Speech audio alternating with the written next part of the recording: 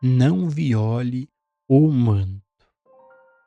Você não vê que foi a falta de compreensão da verdadeira identidade do homem que foi responsável por todas as diferenças aceitas do mundo hoje? Eles estão todos convencidos de que tem o Deus verdadeiro e que todos os outros estão em total escuridão. E então, até recentemente, eles traçaram um círculo e deixaram todos de fora. É por isso que o caminho infinito nunca deve ser organizado. Ele é um reconhecimento da verdadeira identidade.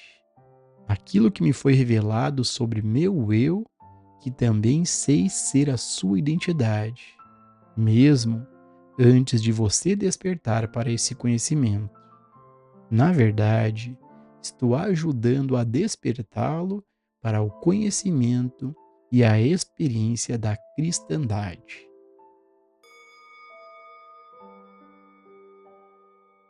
Pessoal, para a gente poder ter uma compreensão mais profunda desse trecho que o Joel Goldsmith está trazendo, mais uma vez o mestre Gualberto está aqui conosco. O mestre Gualberto, pela graça de seu mestre, já teve esse assim chamado despertar da consciência, despertar espiritual, e hoje ele compartilha o que ele vive dentro desse estado desperto de consciência. Bom, neste trecho, mestre, o Joel Goldsmith comenta sobre esse despertar espiritual. O mestre pode trazer a sua visão do que é esse estado desperto de consciência e como podemos despertar espiritualmente? Ô Gilson, o despertar espiritual é o despertar para a sua natureza divina. A palavra despertar significa acordar.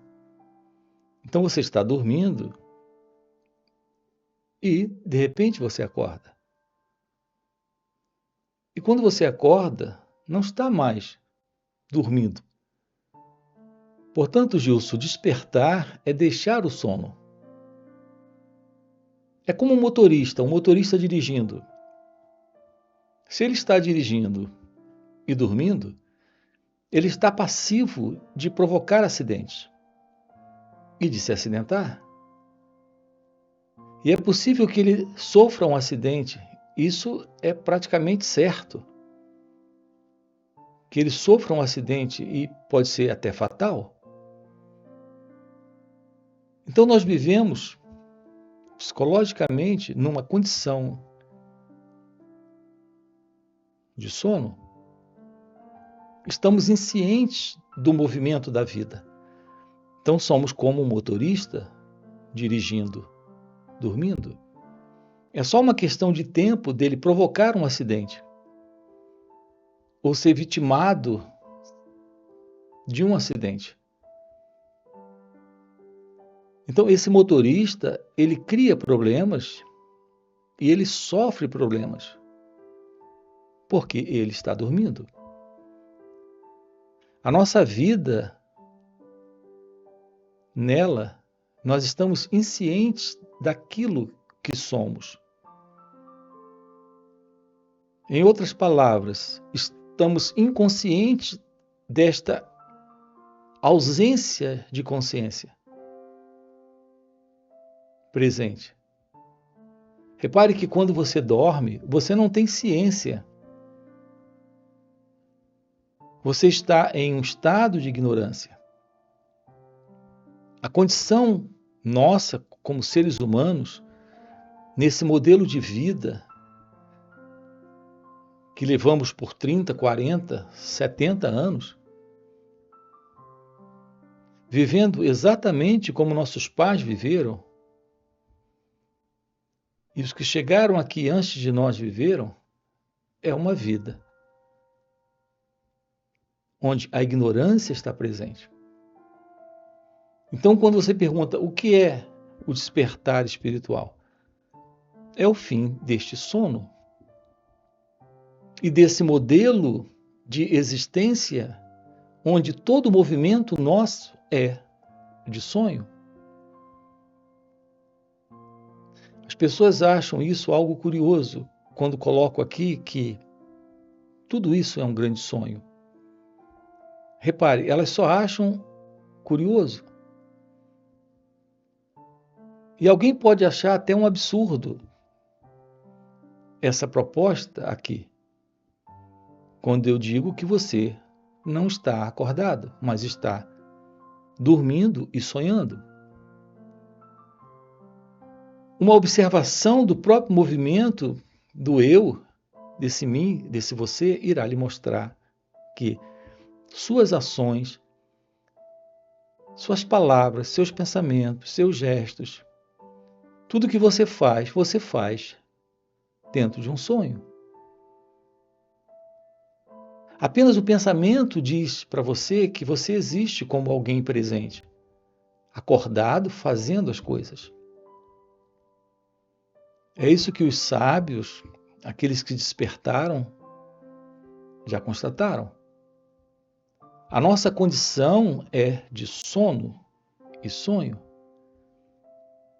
Toda confusão, que são esses acidentes em nossas vidas, ocorrem porque estamos dormindo. E estamos, entre aspas, pilotando essa existência. É só a ilusão de alguém no controle. É só a ilusão de alguém dirigindo a vida, pilotando a vida. Essa condição de sono em que nós nos encontramos. Você pergunta como despertar, tomando ciência disso. Você desperta quando acorda. Se você perguntar a alguém como ele acordou, ele diz: eu acordei. Ele também não sabe lhe dizer como acordou, ele sabe que acordou. Pergunte a alguém que acabou de sair da cama e acordou, pergunte: como é que você acordou? Ele diz: não sei, eu acordei. Esse trabalho da autorrealização é um trabalho de aproximação de si mesmo, onde algo novo ocorre, algo desconhecido acontece. E, naturalmente, o despertar acontece. Aqui estamos com você investigando como isso se torna possível. Mas estaremos sempre diante de um grande mistério, que é o mistério do despertar. Mas há como se aproximar de um trabalho para que isso se torne possível? A resposta para isso é sim. Isso requer que você se torne ciente desta inconsciência.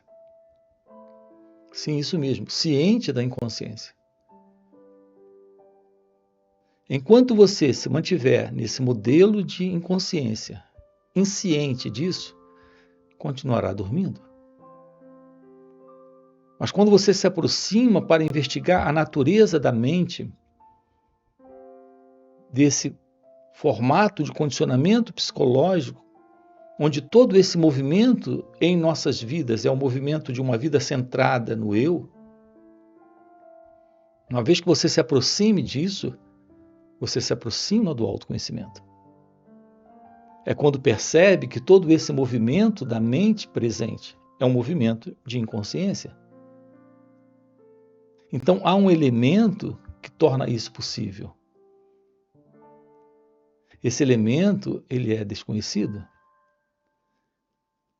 Alguns chamam esse elemento de a graça divina. Se você está aqui nesse momento, nesse canal, tendo uma alegria de aproximação desse assunto, é porque esse elemento misterioso, que é a graça divina, já está presente para realizar o fim deste sono, deste sonho. O próprio trabalho, que é uma aproximação da graça, é uma ação misteriosa divina. Veja, não foi você que resolveu, essa graça resolveu. Não tem você nesse mistério chamado despertar. Esse despertar é exatamente a anulação desse você, desse mim, desse eu, desse ego. Esse ego, esse mim, esse eu é o sonho. É o movimento do sonhador que termina quando o sono termina. Então, ao despertar, você pergunta como despertar. O despertar acontece em razão de um trabalho que se torna possível dentro desse mistério que é o mistério da graça divina. Se aproximar disso é estar aberto a esse despertar. Mas não há como colocar em palavras a verdade última sobre isso, porque esta é uma ação de Deus. É isso que estamos propondo aqui para você, nesses encontros, além desses encontros online que nós temos nos finais de semana, onde estamos juntos, sábado e domingo, trabalhando isso com você. Encontros online, encontros presenciais, retiros. Há um trabalho que se torna possível para esse despertar. E estamos aqui nesta vida para tomar ciência disso. Colocando dentro da linguagem que acabamos de colocar, neste sonho para tomar ciência de que não há qualquer sonho, nem qualquer sono, há só uma realidade presente. Mas a verdade disso está no despertar e não na teoria ou na crença sobre isso. Na verdade, estou ajudando a despertá-lo para o conhecimento e a experiência da cristandade. Eu não poderia fazer isso se você já não fosse o Cristo. Eu não poderia fazer de você o que você não é, mas posso despertar você para o que você é, e então vê-lo sair pelo mundo para os judeus, para os protestantes, para os católicos, vedantistas, zen-budistas e para todo o resto. Olhe para todos eles e reconheça que eles são o templo de Deus e que seu corpo é o templo de Deus. Olhe para este mundo e mostre sua compreensão desta verdade por seu respeito por cada você que você encontrar e pelo corpo de todos que você encontrar. Você não pode violar nada nem ninguém quando conhece sua verdadeira identidade, porque você não pode violar sua cristandade. Às vezes, na literatura mística, isso é chamado de vestir o manto. Significa que, quando você reconhece seu nome e natureza, você veste aquela túnica branca de Cristo. Não é um manto material, é apenas uma sensação que você tem de estar envolto em sua imortalidade e pureza. Às vezes, você ouve sobre alguém que vestiu aquele manto, que se autodenominou o Cristo, o ser espiritual, e então o violou, jogando lama em seu próprio manto branco. Isso é chamado de perversão espiritual nas hostes celestiais. E embora eu acredite que um ser humano possa ser perdoado por qualquer pecado, porque todo pecado é cometido por ignorância, eu não gosto de ver uma pessoa que vestiu o manto e reconheceu em alguma medida sua cristandade violando-a. É bem provável que haja repercussões. Judas Iscariotes pagou o preço. Muitos pagaram o preço de não agir de acordo com sua reconhecida compreensão da cristandade. Despertar para a verdadeira identidade é a unção. Nesta via do caminho infinito, a revelação é dada como a verdade de sua identidade espiritual. não como mortal, nem como ser humano.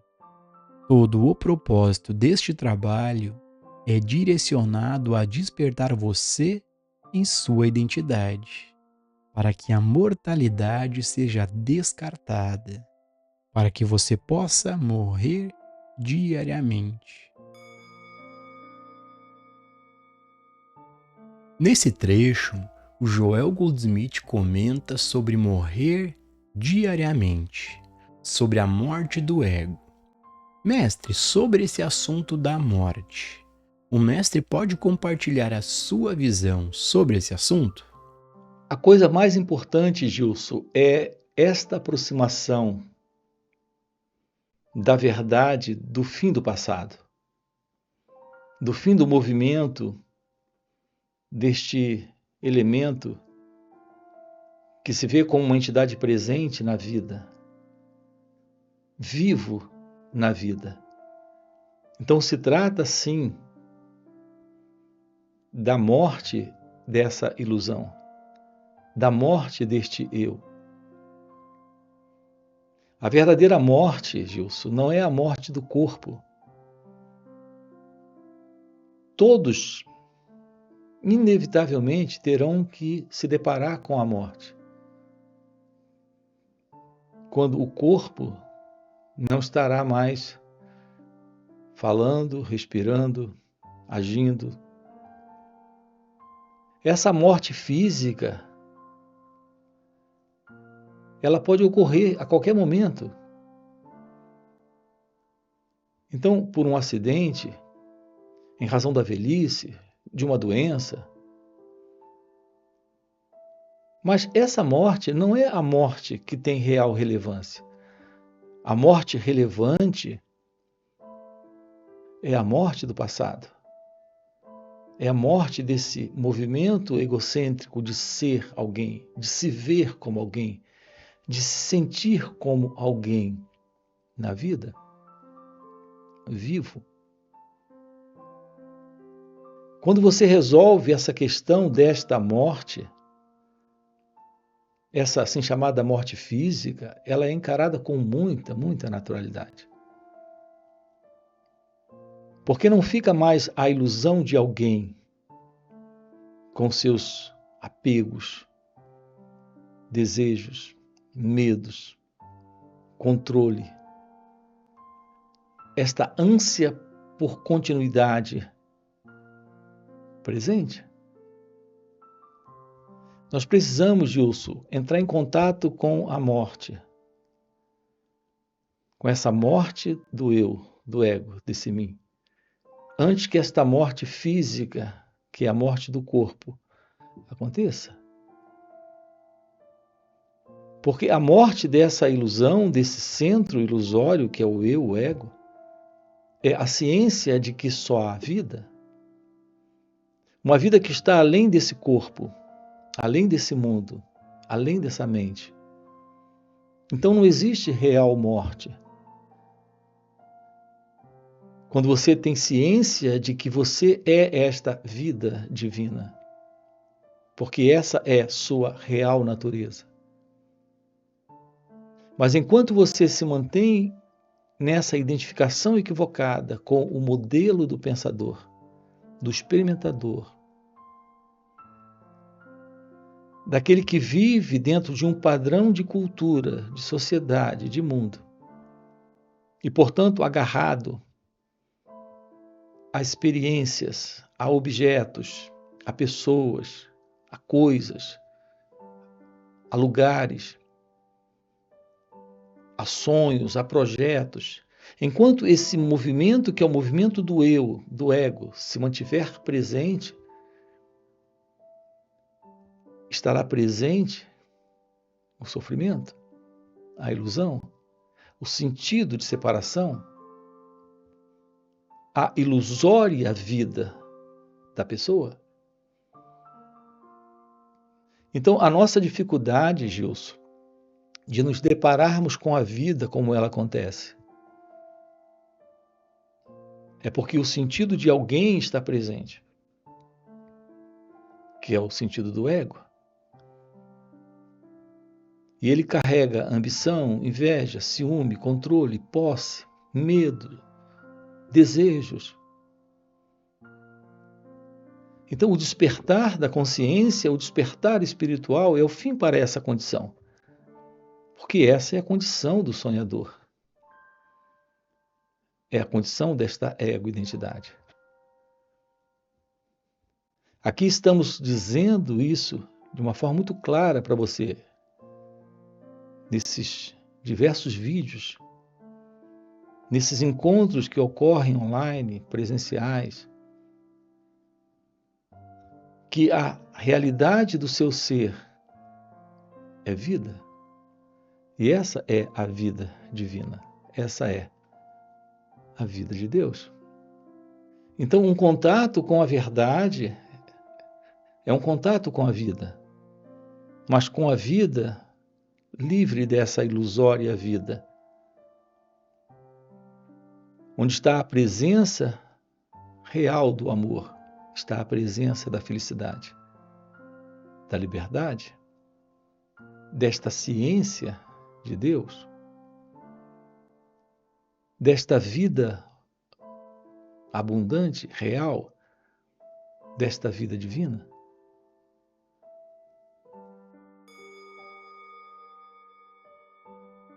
Todo o propósito deste trabalho é direcionado a despertar você em sua identidade, para que a mortalidade seja descartada, para que você possa morrer diariamente para o velho e, em uma explosão repentina de luz, como Moisés diga: ó, eu sou o que eu sou, sempre fui, mas agora sei.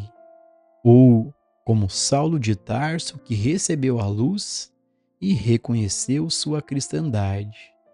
Ou como Jesus quando disse: o Espírito do Senhor está sobre mim, porque ele me ungiu.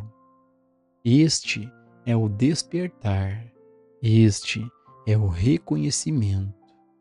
Quando ele falou essas palavras, ele estava na plataforma, no altar do templo hebraico. Então, ele desceu dali e saiu entre as pessoas. Ele foi ungido porque o Espírito do Senhor Deus estava sobre ele. Estava com ele ao nascer, estava com você no seu nascimento. Mas, quando Jesus leu essas palavras, ele teve aquele momento de reconhecimento. Esse foi o mesmo momento para ele e para Moisés, quando ele pôde dizer: eu sou o que eu sou. Ou para Saulo de Tarso, quando o Cristo foi revelado a ele. Onde estava aquele Cristo? Lá fora no ar? Não. O Cristo habitava interiormente. O Mestre Jesus conhecia todas as fragilidades do ser humano, todas as tentações. Ele era um homem como nós, mas, conhecendo sua identidade e das pessoas ao seu redor, revelou-lhes que poderiam ser como ele. Ele sabia que não adiantava pregar. Não há registro de que ele disse ao ladrão: você deve ser um homem bom. O ser humano não tem esse poder de ser bom. Quando é, geralmente é porque os 10 mandamentos o assustam, ou uma lei feita pelo homem, uma prisão, uma multa ou medo de ser pego. Podemos ser muito bons, podemos ser verdadeiramente morais, honestos, sinceros e termos integridade somente quando conhecemos nossa identidade a tal ponto que não podemos violá-la. Mesmo por aquele $1.000.000 que outra pessoa tem e que pensamos que precisamos. O conhecimento de sua verdadeira identidade traz liberdade. A única liberdade que existe É uma liberdade que vem por meio da consciência de sua identidade. Não acredite que alguém possa assinar um papel que lhe dê liberdade. Documentos oficiais não dão liberdade. A liberdade só pode vir de dentro de você mesmo quando você se eleva a um ponto em que não pode violar a integridade de ninguém ou a liberdade de ninguém, porque você sabe que, ao prender os outros, está prendendo a si mesmo. Ao manter os outros em cativeiro, você está se mantendo em cativeiro. Ao destruir o outro, você está destruindo a si mesmo. Somente ao saber disso, você perde a capacidade de pecar. Você é o templo de Deus. Eu sou o templo de Deus. Tente violar a si mesmo ou a outra pessoa uma vez que você tenha entendido este ponto. E quando você entende esse ponto, o que acontece com o pecado? O que acontece com a doença? O pecado não pode existir na cristandade. A doença não pode existir na cristandade. A doença não pode existir em um coração de amor. A doença não pode existir no templo de Deus. Até que você conheça a sua verdadeira identidade, entretanto, você será atormentado pelo pecado, pela doença e pela escassez. Nunca pense que o Cristo pode ser pobre. O Cristo sempre tem 12 cestos cheios sobrando, mesmo depois de alimentar a multidão. Se você é o Cristo, essa é a medida de suas riquezas. Se você é um homem cuja respiração está em suas narinas, você economiza seus centavos para um dia chuvoso, porque sempre chove. Então, quem você diz que é?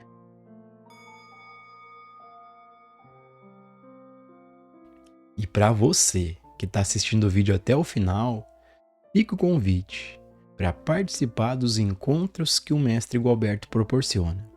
Nesses encontros, além de responder ao vivo as nossas perguntas, o Mestre Gualberto compartilha esse estado livre de consciência que ele vive. E esse compartilhar é uma energia, é um compartilhar de presença, um compartilhar de graça, que é um facilitador incrível para a gente poder investigar a nós mesmos, para a gente poder ter uma compreensão do que está além do entendimento. Então, no primeiro comentário fixado tem o link do WhatsApp para poder participar desses encontros. Além disso, já dá um like no vídeo, já faz um comentário. Se não for inscrito no canal, já se inscreve e a gente se vê no próximo vídeo.